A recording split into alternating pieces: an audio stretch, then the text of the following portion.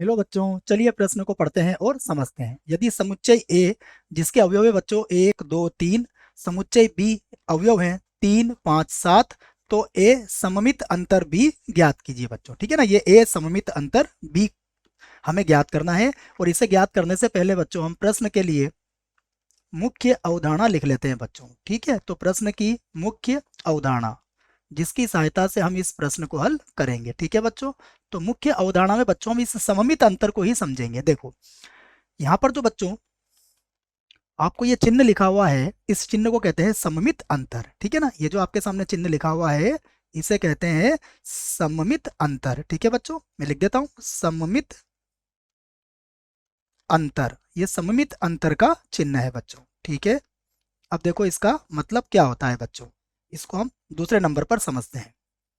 अगर हमें लिखा गया है ए सममित अंतर बी, ठीक है बच्चों, तो ए सममित अंतर बी का मतलब होता है ए माइनस बी यूनियन, उसके बाद बच्चों होगा बी माइनस ए।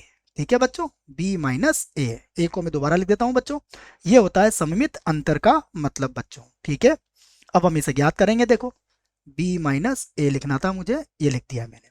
ठीक है बच्चों, अब देखिए जो प्रश्न में दिया है हम उसे भी लिख लेते हैं। तो प्रश्न में हमें दिया है बच्चों, हमें दिया है समुच्चय ए जिसके अवयव हैं 1 2 और 3।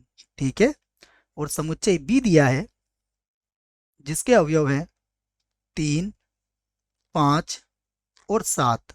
ठीक है बच्चों, अब हमें क्या ज्ञात करना है, तो अब हम ज्ञात करते हैं बच्चों ए सममित अंतर बी। ठीक है, तो ए सममित अंतर बी का सूत्र क्या है बच्चों, इसका सूत्र है ए माइनस बी, उसके बाद यूनियन, और फिर आएगा बच्चों बी माइनस ए। ठीक है, तो देखो ए माइनस बी क्या होगा बच्चों, देखो एक के जो हमारे पास अवयव है मैं लिख देता हूं, ये हमारे पास होगा 1 2 और 3, और उसके बाद माइनस, फिर बनेगा बच्चों बी, बी क्या होगा हमारे पास 3 5 और 7। ठीक है बच्चों, तो ये हमारे पास ए माइनस बी आ जाएगा। उसके बाद देखो बच्चों यूनियन, यूनियन में हम सबसे पहले लिखेंगे बी।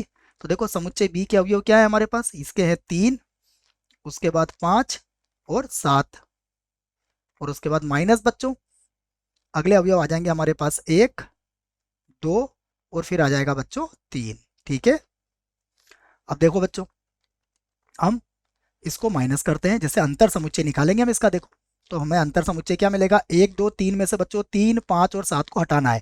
तो 5 और 7 तो है ही नहीं बच्चों, हमारे पास 3 है, तो यहाँ पर क्या बचेगा हमारे पास 1 और 2।